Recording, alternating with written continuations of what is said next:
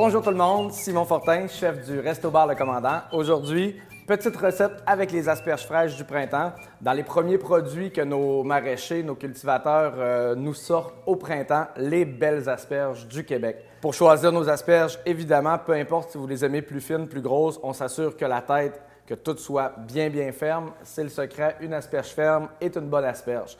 Le bon vieux truc que tout le monde connaît, pour savoir où termine le bois et où commence l'asperge, on casse et voilà. Ça, c'est la partie qui est dure, qui va avoir de la fibre, qui va être plus difficile à mastiquer et plus fibreuse.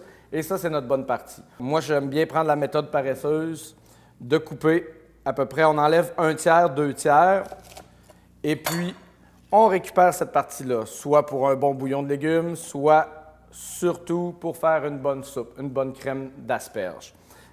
Ensuite, on va prendre nos pointes d'asperges.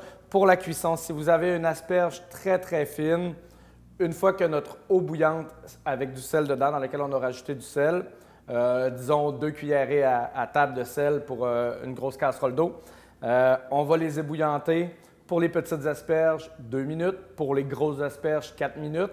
Mais si on se dit 3 minutes dans l'eau bouillante, on va avoir un temps de cuisson qui va être pas mal toujours convenable. Donc, je mets mes asperges en ébullition. J'attends 3 minutes. Une fois ces 3 minutes passées là, je vais les mettre soit dans un bac de glace ou sous l'eau froide pour bien les refroidir très rapidement, qu'elles gardent une belle coloration verte et un beau croquant. Alors, on poursuit notre petite salade d'asperges à l'orientale, donc une recette que j'aime beaucoup pour accompagner les mets, très rafraîchissant pour accompagner les mets sur le barbecue, tout ce qui est un peu à connotation asiatique, donc qui va accompagner notre saumon teriyaki, poulet grillé, etc. Alors, on prend nos asperges qu'on a cuits, bien refroidis. Moi, je les coupe grossièrement en tronçons, de cette façon-là. Là, en 3, ça suffit amplement. On va y ajouter une cuillère à thé de sauce sriracha, donc un petit côté relevé, mais léger. Si vous aimez ça plus piquant, vous en mettez plus, il n'y a aucun problème. Je rajoute 30 ml de vinaigre de riz. On dit 2 cuillères à soupe. 45 ml de sauce soya ou 3 cuillères à soupe. 45 ml d'huile de canola.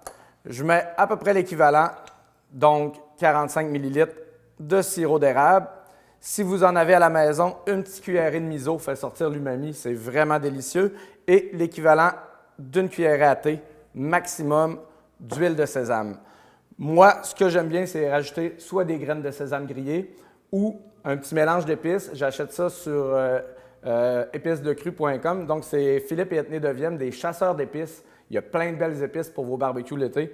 Ce mélange-là, un petit mélange japonais, justement qui contient des graines de sésame et d'autres ingrédients. On saupoudre légèrement, très facultatif. Et ensuite, on brasse le tout. Je vous dis, cette salade-là, pour accompagner vos plats sur le barbecue, c'est un délice. Bon appétit!